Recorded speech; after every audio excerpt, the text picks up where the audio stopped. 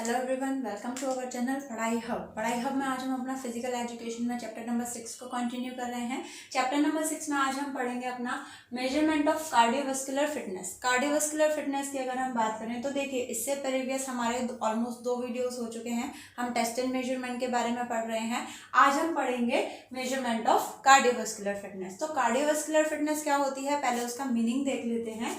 Cardiovascular fitness, it refers ability to the heart and lungs to supply oxygen-rich blood to the working muscles, tissues, and ability of the muscles to use that oxygen to produce energy। अब इसका मतलब क्या होता है, देखिए cardiovascular की अगर हम बात करें तो कार्डियोवास्कुलर सिस्टम होता है हमारा हार्ट और लंग की कैपेसिटी। देखिए यहाँ पर दे भी रखा है आपको, ability of the heart and lungs, हमारे हार्ट एंड लंग्स की ability to supply oxygen rich blood. अब देखिए नॉर्मल से अगर मैं आपसे बात कहूँ तो हमारा हार्ट क्या काम करता है, हमारा हार्ट पूरी बॉडी में डीऑक्सीजनेटेड ब्लड लेता है और उसे ऑक्सीजनेटेड कर कर क्या करता है, पूरी बॉडी में वापस भेज देता है। यही किसका काम होता है, हार्ट का काम होता है।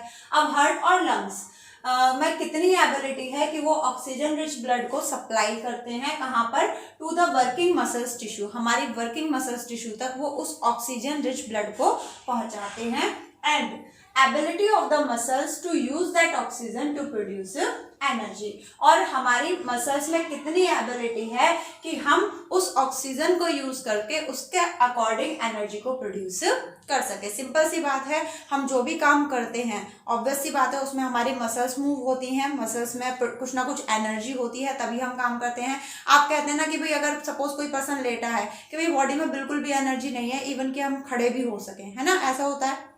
तो क्यों होता है, हमारा जो हार्ट है वो क्या करता है, वो डीऑक्सीजनेटेड ब्लड को लेता है, फिर उसके बाद वो डीऑक्सीजनेटेड ब्लड हमारे लंग्स में जाता है, वहां से ऑक्सीजनेटेड होता है, उसके बाद वापस हार्ट में आता है और हार्ट से फिर वो सारा का सारा ऑक्सीजनेटेड ब्लड हमारी बॉडी में पंप कर दिया जाता है। वो हार्ट जाता कहाँ है, वो जो ऑक्सीजनेटेड ब्लड है वो कहाँ जाता है, वो हमारी वर्किंग मसल्स टिश्यूज में जाता है, हमारी उन मसल्स तक पहुंचता है जो मसल्स काम करने में एंगेज है, किसी ना किसी काम करने में एंगेज है, उन्हें और ऑक्सीजन की जरूरत है। ठीक है, तो यहाँ पर हम ये देखते हैं कि हमारे हार्ट और लंग्स में कितनी कैपेबिलिटी है ये सब काम को करने की, हमारे हार्ट और लंग कितने एफिशिएंट हैं, कितने हेल्थी हैं, कितने अच्छी तरीके से वो ब्लड की पंपिंग पूरी बॉडी में कर पा रहे हैं या नहीं कर पा रहे हैं। उसी को चेक करने के लिए हम क्या करते हैं, कार्डियोवास्कुलर फिटनेस का मेजरमेंट करते हैं कि हमारे हार्ट और लंग्स कितने हेल्थी हैं। यहाँ पर आता है, अब इसको करने के लिए हमारे पास 2 टेस्ट होते हैं, हार्वर्ड स्टेप टेस्ट और दूसरा होता है रॉकफोर्ट 1 माइल टेस्ट। क्लियर, इसमें से टेस्ट एंड मेजरमेंट में से आपका हर साल एक टेस्ट आता है, 110% आपको लॉन्ग क्वेश्चन में मिलेगा ही मिलेगा। तो अगर आपको कार्डियोवास्कुलर फिटनेस में वो कोई नेम नहीं देता, सपोज आपका लॉन्ग क्वेश्चन में आया कि आप कार्डियोवास्कुलर फिटनेस बताइए या फिर कार्डियोवास्कुलर फिटनेस को मेजर करने के लिए कोई इसका मेथड बताइए, तो इन दोनों में से आपकी चॉइस है, आप कोई सा भी लिख सकते हो। बट जब वो स्पेसिफिकली कोई एक नेम से पूछ रहा है तो आपको फिर उसे ही मेंशन करना पड़ेगा। क्लियर, चलिए अब यहाँ पर आपका आता है Harvard step test. Harvard step test जब डेवलप किया गया था, ब्रू एंड अदर्स के अकॉर्डिंग डेवलप किया गया था इन 1943। ठीक है, उसके बाद आता है आपका इसमें इक्विपमेंट। अब इक्विपमेंट क्या है, अच्छा 1 मिनट और, अब यहाँ पर जो पैंडेमिक्स वगैरह चल रहे हैं इसमें हमारे जो पेपर के पैटर्न है उसमें बहुत ही चेंज हुआ है, तो हो सकता है उसमें अब आपके एमसीक्यूज और बढ़ जाए। ठीक है, तो यहाँ पर हमारे इसीलिए जो छोटे छोटे क्वेश्चन है वो मैं यहाँ पर आपको बताकर चल रही हूँ कि ये जो हार्वर्ड स्टेप टेस्ट था मोस्टली सबको पता है कि ये कार्डियोवास्कुलर मेजरमेंट फिटनेस को चेक करने के लिए होता है, बट ये डेवलप किसने किया था, ब्रू एंड अदर्स ने डेवलप किया था। कब डेवलप किया था, 1943 में। क्लियर, चलिए इसके बाद आता है इक्विपमेंट। इसमें क्या इक्विपमेंट चाहिए, इसमें जिम बॉक्स या जिम बेंच चाहिए होती है, कितने इंचेस हाई की, 20 इंचेस हाइट, जिसकी हाइट 20 इंचेस की हो मेंस के लिए और 16 इंचेस की हो वुमेन्स के लिए। एक स्टॉप वॉच चाहिए और एक मेट्रोनोम चाहिए। मेट्रोनोम हमारी स्पीड को मेजर करता है कि हम कितने स्पीडली वो एक्सरसाइज कर रहे हैं। ठीक है, चलिए इसके बाद आता है प्रोसीजर। अब इसमें प्रोसीजर क्या होता है, देखिए प्रोसीजर मैंने तो यहाँ पर सिर्फ 2 लाइन में से खत्म कर दिया है,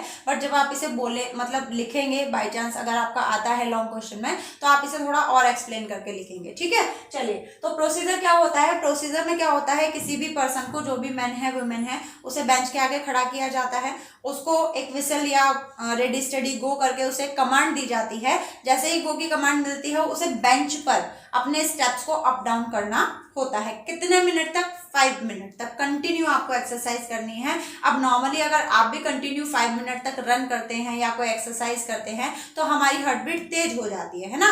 तो यहाँ पर भी हमें कंटिन्यू 5 मिनट तक एक्सरसाइज करनी है, step up and down on the bench. Bench पर हमें स्टेप अप और स्टेप डाउन करना है, ठीक है। उसके बाद यहाँ पर आपका दे रखा है, फिर हमें टेक रेस्ट। जैसे ही हमारा 5 मिनट का ये टेस्ट खत्म होता है हमें रेस्ट दिया जाता है।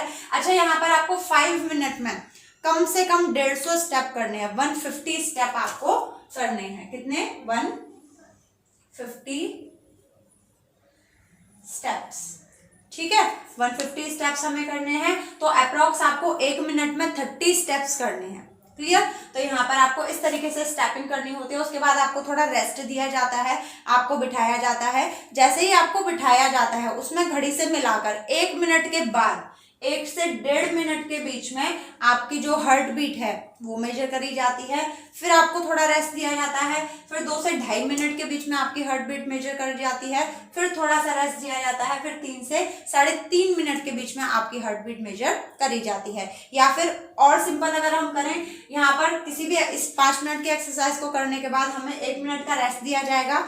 1 से 1.5 मिनट तक मतलब 30 सेकेंड के लिए आपकी हार्ट बीट मेजर होगी, फिर 30 सेकेंड का वेट रिलैक्स, फिर 30 सेकंड की हार्ट बीट मेजर, फिर 30 सेकंड का रेस्ट और फिर 30 सेकंड की हार्ट बीट मेजर होती है। जैसे भी आपको सुटेबल लगे आप याद कर सकते हैं। मतलब ऑल ओवर जो हार्ट बीट चेक होगी वो 3 बार चेक होती है 30-30 सेकंड के गैप देने के बाद, ठीक है। इससे हमारा रिकवरी रेट पता चलता है कि आप खुद को कितनी जल्दी रिकवर कर सकते हैं। एक एथलीट की रिकवरी रेट बहुत अच्छी होती है, वो खुद को बहुत जल्दी रिकवर कर लेता है ताकि वो नेक्स्ट इवेंट के लिए खुद को तैयार कर सके। इसके बाद इसका स्कोरिंग कैसे होती है, फिटनेस इंडेक्स स्कोर को मेजर कैसे किया जाता है, तो यहाँ पर सिंपल सा फॉर्मूला होता है 100 into test duration in second. 100 into test duration in seconds की अगर हम बात करें तो यहाँ पर हमारा टेस्ट ड्यूरेशन कितना है, 5 मिनट, और 1 मिनट में सेकेंड कितने होते हैं, 30। तो अप्रोक्स यहाँ पर कितने सेकेंड आ जाएंगे, 300, ठीक है।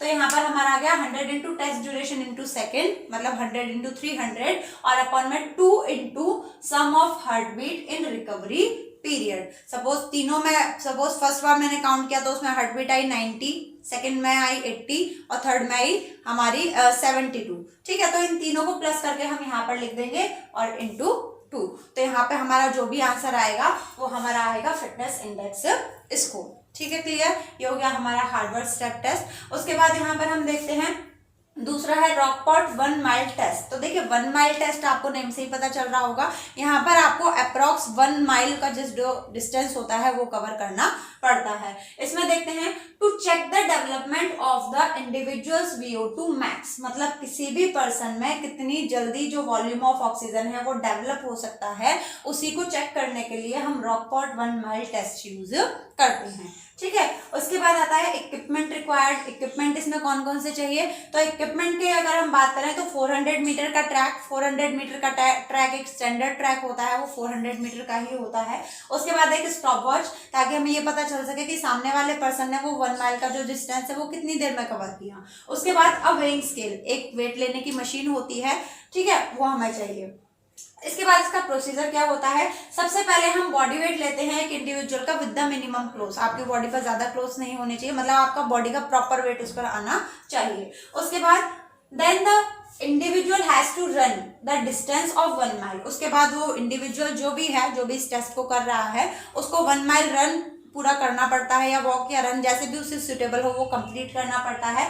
1 माइल हमारा कितने का होता है, 1069 मीटर का, ठीक है। अप्रॉक्स 1 किलोमीटर से थोड़ा ज्यादा होता है 1 मील, ठीक। उसके बाद इन द मिनिमम टाइम, कोशिश करनी चाहिए कि कम से कम टाइम में हम उसे रिकॉर्ड करें। उसके बाद सो record the time with a stop watch. जैसे ही जो पर्सन मतलब अपना 1 मील कंप्लीट करके आता है, हम उसकी स्टॉप वॉच में उसका टाइम रिकॉर्ड कर लेते हैं। मतलब जो भी जज या रेफरी के पास स्टॉप वॉच होती है उसमें टाइम रिकॉर्ड कर लिया जाता है।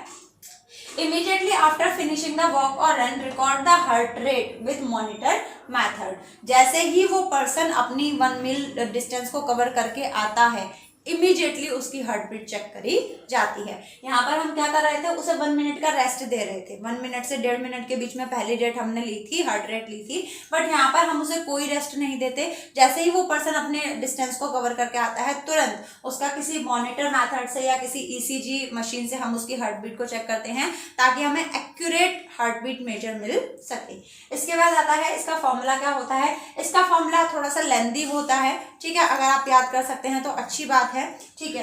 तो देखते हैं 132.853 minus 0.0769 into body weight. Body weight के यहाँ पर अगर हम बात करें तो बॉडी वेट हमारा पाउंड्स में लिखा जाता है, ठीक है। तो पाउंड्स में आप कैसे लिखेंगे, पाउंड्स की अगर हम बात करें तो 1 पाउंड में अप्रॉक्स 453 हमारा जो ग्राम है वो होता है, क्लियर।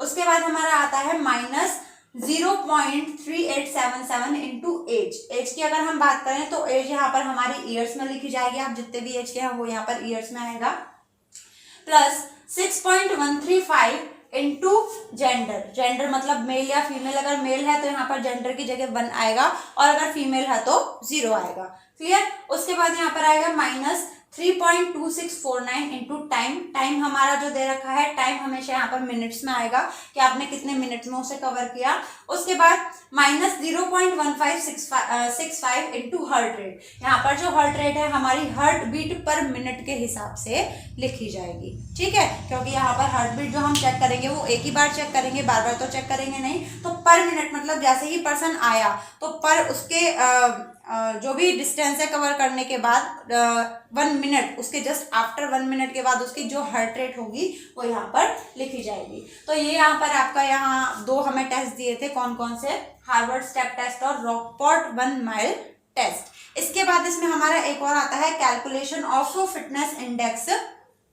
तो कैलकुलेशन ऑफ फिटनेस इंडेक्स की अगर हम बात करें तो वहां पर 2 हमारे फॉर्मूले आते हैं, एक तो आता है लॉन्ग टर्म में और एक आता है शॉर्ट टर्म में। तो यहाँ पर आपका लॉन्ग टर्म में अगर मैं बात करूं, ये तो हमारा हो गया लॉन्ग टर्म वाला, जो फॉर्मूले आते हैं ये हमारा हो गया